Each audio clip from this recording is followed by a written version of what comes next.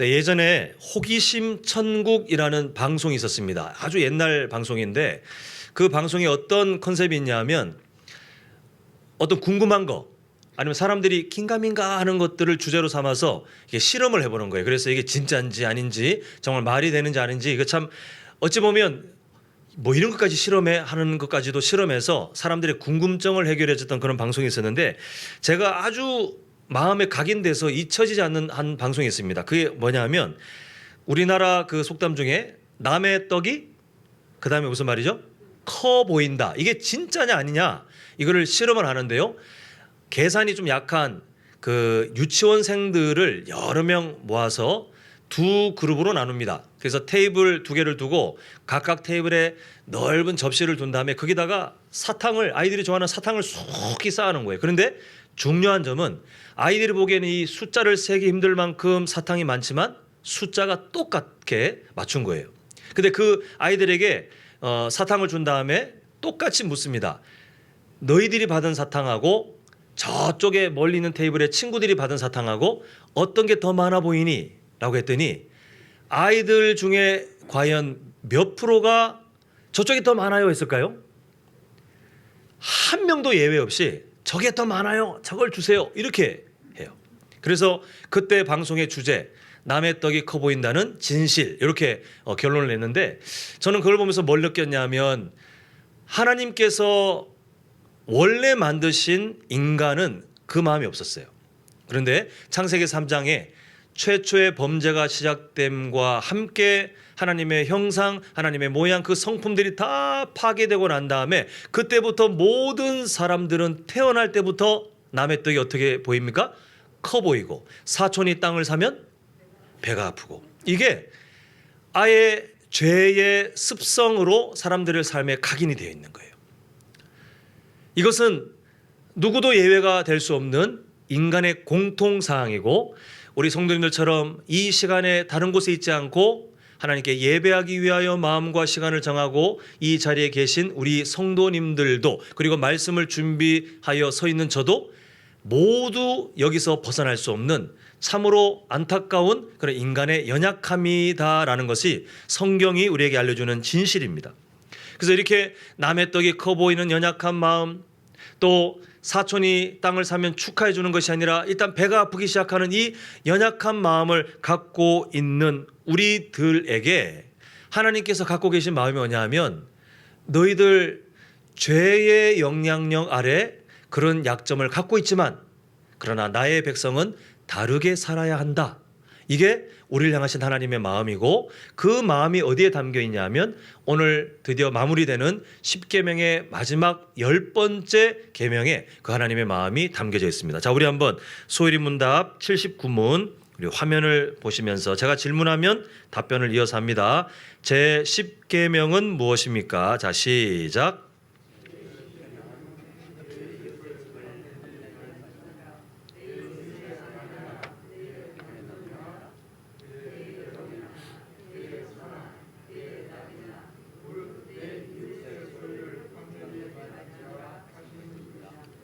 자, 내용을 잘 보시면 남의 떡이 커 보이고 사촌이 땅을 사면 일단 배가 아프기 시작하는 그 마음을 지금 10계명에서는 뭐라고 말하고 있냐면 탐심. 우리가 듣기에 거북하고 뭘 그렇게까지라고 거부한다 할지라도 그러나 10계명은 타협하지 않아요. 탐심. 그것은 탐심에서 시작되는 마음이다. 이렇게 말합니다. 그래서 인류 역사를 보면 창세기 3장 이후로 오늘 2022년 8월 31일에 이르기까지 인류 역사 가운데 일어난 수많은 사건 사고들 그 불행한 일들의 거의 대부분이 이 탐심에서 비롯된 일들이에요.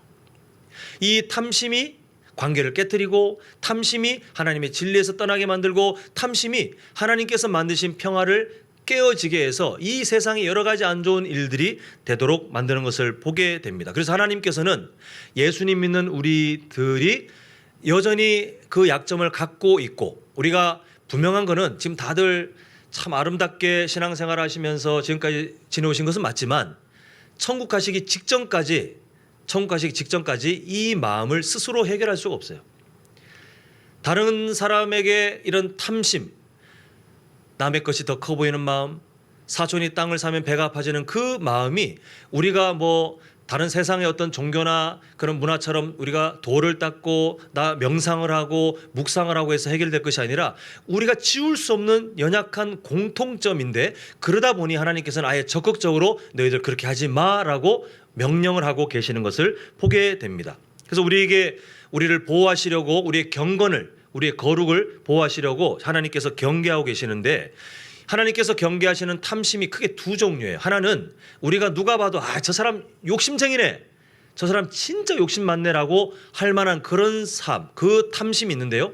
우리가 잘 아는 열왕기상 12장에 가보면 악한 아합 왕이 나봇의 포도원을 보고 막 갖고 싶어 합니다. 근데 이 아합 왕은 이미 모든 걸 많이 누린 사람이에요. 없어서가 아니고 이미 뭔가 넉넉한 사람인데, 그럼에도 더 착취하고 싶고 더 가지고 싶고 그게 더 마음에 들고 내 것으로 하고 싶은 그 욕심, 누가 봐도 저 사람은 그냥 욕심이 얼굴에 뚝뚝 떨어지네 라고 하는 그 마음을 탐심이라고 하는데, 물론 우리 성도님들 중에 그렇게 살아가시는 분은 거의 없겠지만 성경의 경고가 뭐냐 하면, 여기 있는 저나 우리 성도님들이나 이 마음으로 언제든지 변질될 수 있으니 조심하라라는 것이 하나님의 마음이에요. 근데 두 번째 탐심이 사실은 더 위험합니다. 뭐냐 하면 부러워하는 마음입니다. 부러워하는 마음. 오늘 십계명에 그게 뭐냐면 다 부러워하는 거예요. 우리가 사실 다른 사람의 집을 보면서 부러워하고, 또 그 어떤 배우자들 보면서 부러워하고, 그 사람이 나에게 없는 뭔가를 갖고 있으면 부러워하면서 살지 않습니까? 사실 우리 다 부러움이 사실 우리에게는 그렇게 특별한 마음이 아닌데, 오늘 십계명을 보면 또 성경의 가르침을 보면 그 부러움이 어디에서 시작되는 마음이라고 하냐면 탐심이에요. 근데 참 신기하게도 제가 사전을 찾아봤는데 사전의 정의도 거의 그런 내용으로 되어 있습니다. 한번 제가 읽어드리면, 그 사전입니다. 그 성경이나 신앙 사전이 아니고, 어떤 것을 본인은 가지고 있지 않지만 상대방이 가지고 있을 때 느껴지는 괴로운 감정이 부러움이다. 우리는 사실 부러움을 되게 가볍게 생각하지 않습니까? 근데 그 부러움이 철학적으로 또 심리학적으로 보면 괴로운 감정이래요. 누군가에게는 고통인데, 이 고통이 대체 뭐라는 겁니까? 지금 상대방에게 내가 없는 뭔가가 있는 것을 보고 막 내가 마음에 괴로워하는데, 정도의 차이는 있을지 모르겠지만 그 감정의 형태는 고통이라는 거예요. 그리고 성경이 우리에게 알려주는 그 감정의 출발점은 그냥 누구나 다 사람은 다 부러워할 수 있지 이렇게 쉽게 생각할 것이 아니라 탐심에서 비롯된 것이다라고 말하고 있습니다. 자, 한번 우리 그 십계명 내용을 보셔도 되고 아니면 오늘 본문의 내용을 보셔도 되는데, 내 이웃의 집을 탐내지 말라. 우리가 살아가면서 다른 사람이 우리보다 사실 이렇게 좀 평가하고 말하는 게 좀 그렇지만, 우리보다 경제적으로 못한 사람 집을 부러워해 본 적 있으세요? 정말 어렵게 사시는 분 집에 가서 와 부럽다, 우리도 이렇게 살면 좋겠다, 이런 사람 하나도 없어요. 다들 내가 꿈꾸는 어떤, 그러나 아직 내가 갖지 못했던 어떤 형태의 집, 뭐 전원주택이든 아니면 고층 빌딩에 있는 어떤 아파트든 아니면 아주 넓은 평수든 아니면 어떤 내가 꿈꾸는 그런 인테리어, 그런 또 내가 꿈꾸는 그 브랜드의 가전제품이나 가구들이 딱 세팅된 그런 것들 누군가에게 초대받아 가면 와 부럽다 이런 마음 드는 거, 이게 갖고 싶다라는 마음이 숨겨져 있는 거라는 거예요. 자, 그 뒤의 내용은 더 무섭습니다. 내 이웃의 아내나 이렇게 돼 있어요. 자, 우리가 여기 계신 분들은 거의 다 이런 생각들을 해보시진 않으실 거라 믿고, 이런 농담이나 이런 말들 하는 분들을 아마 살아오시면서 한 명은 이상은 만나보실 것 같은데 이렇게 할 수 있는 거예요. 아이고 참 누구는 좋겠어, 그 남편 능력도 많은데 그렇게 다정하게 그 아내를 대한다며. 아니면 반대로 야 그 누구는 좋겠어, 그 아내는 능력도 많은데 그렇게 다정하게 그 남편을 막 이렇게 위한다며, 아유 부러워.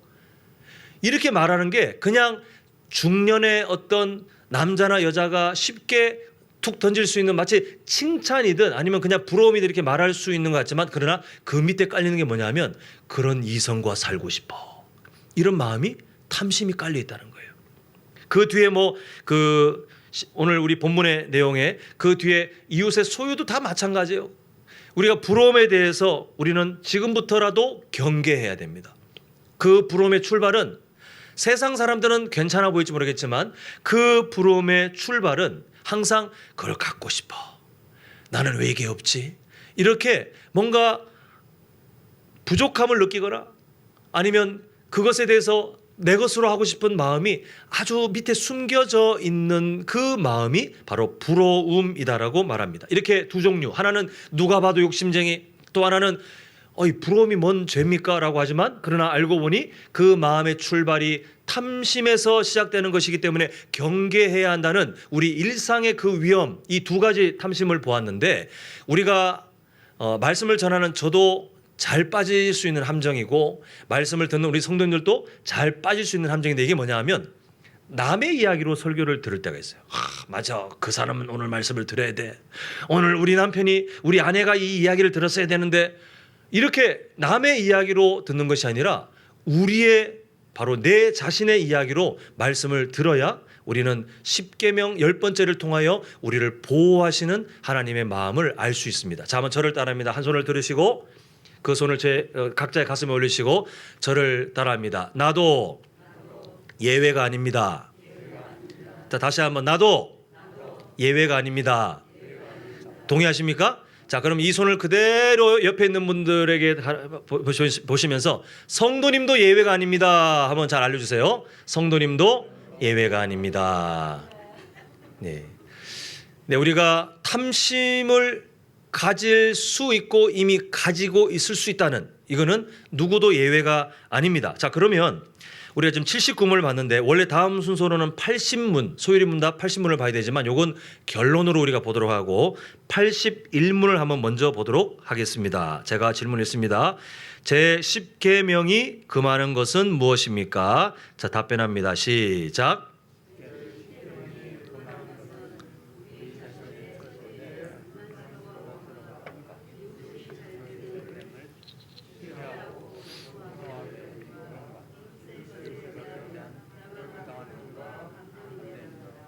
자, 지금 이 81문을 어떻게 딱 보시면 되냐면 그러면 탐심의 출발점과 탐심이 자라가는 방향이 뭐냐를 한번 기억하셨으면 좋겠어요. 탐심의 출발점이 뭐냐 하면 우리 81문의 내용이지만요. 우리 자신의 처지에 불만스러워하는 것 이렇게 되어 있습니다. 우리가 언제 탐심이 막 우리 삶에 시작되냐 하면 우리 자신의 지금 현재 상태에 대해서 불만을 가지는 순간 탐심이 우리 삶에서 저 깊은 곳에서 막 시작되더라는 거예요. 그리고 이 시작은 처음에는 우리가 거의 느끼지 못할 정도로 아주 미미하지만 이거는 반드시 생명력이 있는 것처럼 자라게 돼 있는데 그 자라는 목적지가 81문 그 뒤의 내용입니다. 이웃이 잘됨을 시기하고 원통하게 여기고 또 이웃의 것에 대한 부당한 생각이 아니라 행동을 할 수도 있다는 거예요. 그런 감정을 느낄 수 있다는 것입니다. 딱 잘라 말해서 하나님이 주신 삶에 대해 만족감, 감사가 무너지는 순간 그 다음에 나타나서 자라나는 그 열매들을 보니 하나님의 백성답습니까? 하나님의 백성답지 않게 됩니까?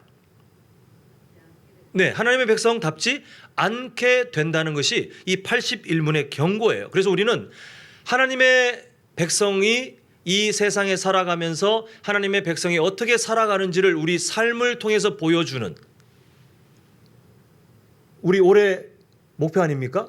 우리가 말씀에 순종하여 삶으로 지어져 간다는 것은 그저 내 만족을 말하는 게 아니에요. 우리가 어느 가정에 살고 있든 어느 직장에 살고 있든 어떤 환경을 만났든 그곳에서 우리의 삶을 통해 하나님의 백성답게 생각하고 말하고 행동하는 그것을 통해서 우리는 우리 삶을 통하여 하나님의 나라가 확장되어 가는 것을 우리는 순종하게 되는데 탐심 때문에 다 무너지는 거예요.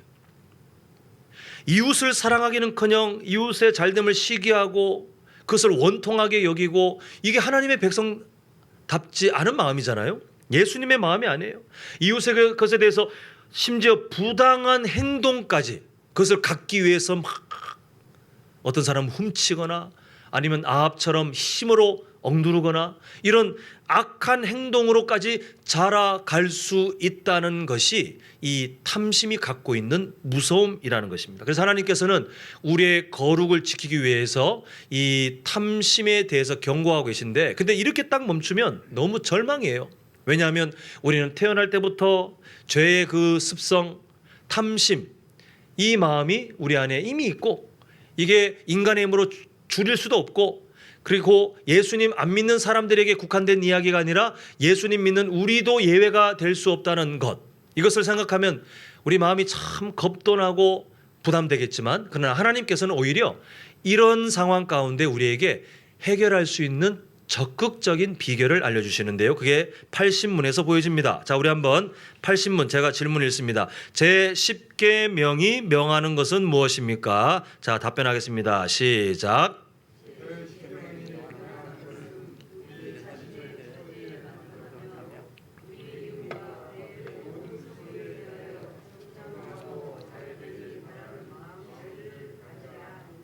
자, 간단하게 정리해 봅니다. 첫 번째 비결, 저를 따라합니다. 더욱 감사하며 삽시다. 자, 우리가 감사가 무너지는 순간 탐심이 시작된다고 말씀드렸어요. 그래서 여기 80문에서 말하는 우리 자신의 처지에 만족하며라는 것은 감사를 의미해요. 근데 이때 한번 분명히 구분해야 될 게 있는데, 세상 사람들도 긍정적인 마음을 훈련하기 위해서 감사를 노력합니다. 예수님 믿는 사람들만 하지 않고요, 감사를 노력해요. 근데 잘 구분해 보면 세상 사람들이 하는 감사와 우리가 해야 되는 감사는 명백한 차이가 있는데, 세상 사람들의 감사는 어떤 사건들이나 일들에 대해서 다른 비교군과 비교해서 감사하는 거예요. 예를 들면 몸에 병이 났습니다. 그런데 세상 사람들이 하는 감사법은 나보다 더 아픈 사람을 생각하면서 그래 나는 그 정도는 아니니 감사하지, 이렇게 생각하는 거예요. 근데 우리가 감사는 단순히 감정적인 뭔가가 아니에요. 내가 긍정적으로 감정을 이렇게 끌어올려 가지고 감사하다, 감사를 회복해야지, 오늘 하루도 내가 뭔가 마음이 평안한 그 감사의 기분을 느껴야지라고 하는 감정의 기분이 아니고, 그 수준이 아니고, 감사는 뭐냐 하면 신앙이에요. 신앙. 왜 신앙이냐 하면, 예수님 믿는 사람들의 감사가 왜 그렇게 다르냐 하면, 세상 사람들은 어떤 사건을 비교해서 감사한다고 했잖아요. 근데 예수님 믿는 사람들은 비교군이 설령 없다 할지라도 하나님 때문에 감사하는 거예요. 하나님 때문에. 하나님에 대한 신앙 때문에요. 하나님에 대한 신앙 때문에 감사하는 거예요. 자, 한번 이렇게 해보겠습니다. 우리 세상에 경제 수준으로 만약에 사람들의 등급을 이미 우리가 눈에 드러나지 않아도 등급은 다 있잖아요. 그죠? 몇 급 이게 아니라 수준 차이가 다 있잖아요. 그래서 돈이 남아도는 그런 그 부유한 사람들도 있고, 진짜 극단적인 선택을 고민하는 아주 가난한 사람도 있습니다. 이 세상에 있는 수십만의 사람들을 딱 줄 세워 보면 다들 서로 내가 더 가난하니, 내가 더 돈이 많니, 이렇게 막 경쟁하면 순서가 나올 거예요. 순서가. 그러면 이렇게 한번 상상해 보자는 거예요. 세상 사람들은 항상 자기보다 더 못한 사람을 기억하면서 그래도 감사하지. 우리 흔히 그 옛날에 부모님들 아이들에 가르칠 때, 아프리카에 지금도 굶어 죽어가는 아이들인데 너 감사도 없고 말이야, 편식하고, 항상 비교군을 뒀잖아요. 근데 그렇게 따지면 그 아프리카에 굶어 죽어가고 있는 아이들은 감사할 게 없어요. 인생에 세상에 가장 밑바닥과 같기 때문에 자기보다 더 못한 사람을 찾아내지 않는 이상은 그 사람은 감사할 수 없는 거예요. 이게 세상의 사람들이 감사하는 방법의 단점이에요. 결국은 한계가 있어요. 근데 우리가 예수님 믿는 사람들이 하는 감사는 뭐와 뭐를 비교했더니 그래도 내가 좀 괜찮으니까 감사가 아니라, 다 필요 없고 지금 내가 처한 상황 가운데 하나님이 함께 계시는가? 함께 계시면 감사해요. 왜냐? 그 하나님에 대한 신뢰, 하나님에 대한 그 순종, 하나님에 대한 그런 마음들, 이런 예배의 마음들이 우리가 건강하게 지켜지면 환경이 어떠하든 감사하는 거예요. 우리 시편에 보면 다윗의 찬양들 보면 내용들이 제가 여러 번 설명드렸죠. 처음에는 막 하나님이 없는 것처럼 분노하기도 하고 좌절하기도 하고 막 울부짖다가 중간 정도에 그래 하나님이 계시지 이걸 깨닫고 나더니 막 찬양으로 마무리되는. 근데 이 시편의 고백이 드려지는 상황은 해결이 안 되는 거예요. 어떤 문제가 해결이 안 된 상황인데 그렇게 생각이 바뀌지 않습니까? 다윗이 막 괴로워하다가 그래 나보다 못한 인간이 있겠지, 나보다 더 고통스러운 사람이 있겠지, 하나님 감사합니다가 아니었어요. 잊어버렸던, 여전히 그 자리에도 함께 계신 하나님을 잊어버렸을 때는 막 불평하고 슬퍼하고 분노하고 하다가 그 하나님이 여전히 나에게 신실하신 분임을 딱 기억하자마자 갑자기 마음의 고백이 바뀌면서 우리에게 은혜가 되고 도전이 되는 찬양의 고백들로 참 아름답게 기록되는 것을 우리가 보지 않습니까? 그래서 감사는 감정이 아니라 신앙의 수준이에요. 그 신앙의 범주에서 우리는 감사를 회복해야 된다는 것입니다. 바라기는 우리 성도님들 살아가며 감사하지 않을 일들이 많아요. 뭐 항상 참 하나님의 평안과 또 누가 봐도 야 참 그 잘 되는구나, 저분 인생 참 잘 되는구나 이렇게 생각할 만한 그런 인생을 사셨으면 좋겠지만 근데 이미 다 눈치를 채고 있죠, 그죠? 그게 안 되니까 제가 막 자신 있게 이렇게 얘기하는 거 다 알고 계시지 않습니까? 우리는 누구나 다 때때로 알 수 없는 상실감을 느끼기도 하고요, 예상하지 못한 광야의 길을 걷기도 하고, 우리는 때로는 예상하지 못한 실망과 슬픔을 인생 가운데 만나게 될 확률이 안 만날 확률보다 더 높더라는 것입니다. 근데 그때 맨날 넘어지고 맨날 쓰러지고 그렇게 하면 우리는 탐심이 마음에 자라는 거예요. 탐심이 막 자라나서 우리가 하나님의 백성답게 사는 경건을 무너뜨리게 그 탐심의 마음이 우리를 흔드는데, 그것을 이길 수 있는 적극적인 마음, 누구를 통하여 감사합니까? 그럼에도 여전히 나와 함께 계시는 하나님, 그럼에도 나에게 예수님의 십자가 사랑을 통하여 사랑을 확정해 주신 그 하나님, 그리고 내 삶에 가장 좋은 것을 예비하신, 지금 당장은 나에게 아픔이며 이것은 나에게 상실이고 내가 원치 않은 일이었지만 그러나 그럼에도 신실하신 그 하나님은 절대로 실수도 없고 틀리지도 않고 모자름도 그리고 넘치는 것도 없이 가장 알맞게 내 삶에 필요한 길로 인도하심을 믿는 그 신앙 고백에서 우리는 진짜 감사가 회복되더라는 것입니다. 우리 성도님들 모두 그 감사가 더욱더 자라가시는 복된 삶 되시길 간절히 소망합니다. 자, 두 번째 비결 저를 따라합니다. 더욱 축복하며 삽시다. 81문 그 뒤의 내용에 또 해당되는데, 우리가 다른 사람을 축복한다는 것은 예수님 믿는 사람으로 참 많이 해야 될 일인데 잘 안 될 거예요. 잘 안 됩니다. 이게 서로 이렇게 한번 해보세요라고 하면 막 어색하고 막 그래요. 근데 우리가 어색한 거는 그냥 우리나라 국민성에 의해서 좀 이게 예의 차리고 하고 살면서 다른 사람 앞에서 뭔가 말하고 아니면 축복합니다 이렇게 어떤 그런 일들이 어색해서 그런 건데, 여기서 말하는 축복은 아까 말씀드린 인간의 본연의 연약함을 뛰어넘는 마음을 말해요. 남의 떡이 더 커 보이고 사촌이 땅을 사면 배가 아프기 시작하는 그 우리의 인간 공통의 연약함에 대해서 하나님이 알려주시는 그 방법이 뭐냐 하면 너 그러지 말고 그 사람을 축복해 라고 하시는 거예요. 그래서 우리 81문 뒤에 보면 우리 이웃과 그의 모든 소유에 대하여 정당하고 그 다음에 뭐라고 되어 있습니까? 잘 되기 바라는 마음씨를 가지라. 그래야 우리가 탐심이 이미 깔려있는 우리의 연약함을 우리가 능히 이기고 하나님의 백성답게 살아갈 수 있더라는 거예요. 근데 사실 잘 안 되지 않습니까? 우리 성도님들, 그런데 축복은 마음이 진짜 담겨서 하면 정말 좋고요. 근데 안 담겼더라도 억지로 해야만 하나님이 우리에게 말씀하신 이 10계명을 우리가 어기지 않는 거예요. 우리는 하나님, 저는 이웃의 집을 탐낸 적도 없고 다른 사람의 배우자를 탐낸 적도 없고 다른 사람의 소유를 탐낸 적도 없으니 저는 십계명을 잘 지키지 않습니까? 라고 우리가 아무리 우리 스스로에게 위로하고 우리 스스로에게 점수를 줘봤자 하나님께서는 아니, 너 계속 어기고 있어. 다른 사람에게 그 사람의 소유를 정당하게 대해주고 잘 되기를 바라는 마음씨 너 사용했니?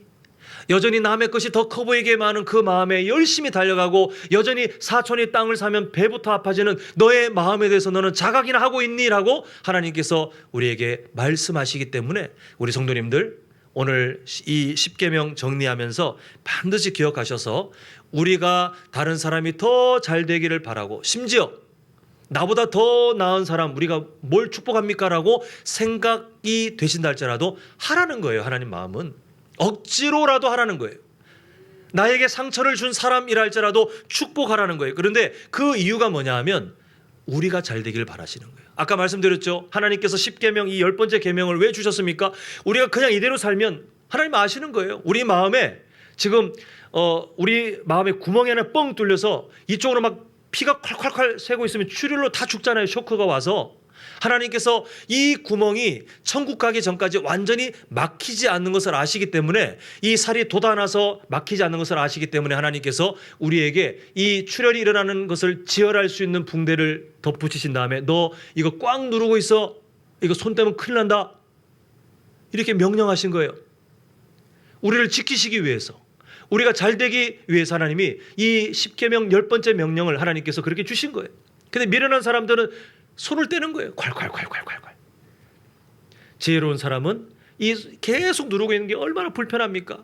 얼마나 귀찮습니까? 다른 것도 하고 싶은데 계속 누르고 있으라니 얼마나 우리 마음에 안 들 수도 있지 않습니까? 그러나 그래, 내가 이걸 떼면 나에게 심각한 문제가 생기고 내 인생에 하나님이 주시는 복이 멈춰지기 때문에 하나님, 탐심을 이겨내는 더욱 감사하는 삶, 다른 사람을 축복하는 삶, 주님 살아가게 도와주시옵소서가 아니고 하나님 계속 이렇게 살겠습니다라고 결단하셔야 돼요. 오늘 우리 성도님들 돌아가실 때 마음에 약간의 부담감은 좀 갖고 가셨으면 좋겠습니다. 하나님께서 우리를 보호하시고자 주시는 그 명령들은 우리 삶에 늘 충돌이 일어나게 돼 있어요. 우리가 예배를 드리고 말씀을 보았으나 마음이 그저 평안하고 그저 아무런 부담 없이 돌아간다면 두 가지예요. 하나는 정말 하나님이 진짜 천국의 은혜를 막 부어주셨거나 하나는 정말 생각 없이 예배드리고 마음 편하게 돌아가시거나. 근데 우리는 그런 사람들이 아니잖아요. 오늘 돌아가실 때 하나님, 제가 감사가 무너진 자리가 있습니다. 다른 방법으로 감사했습니다. 하나님, 하나님을 통하여 감사하게 하시고 제가 남의 떡을 더 크게 보고 사촌이 땅을 살 때 배합하는 그런 탐심으로 다른 사람을 축복하지 않고 그렇게 하지 않음에도 이게 문제가 아니라고 살았는데 하나님 적극적으로 축복하겠습니다. 억지로 하겠습니다. 주님 저를 도와주시옵소서. 우리가 이렇게 거룩한 몸부림을 치셔서 하나님을 기쁘시게 하시고 하나님이 주시는 그 복을 누리는 복된 인생 되시기를 간절히 소망합니다.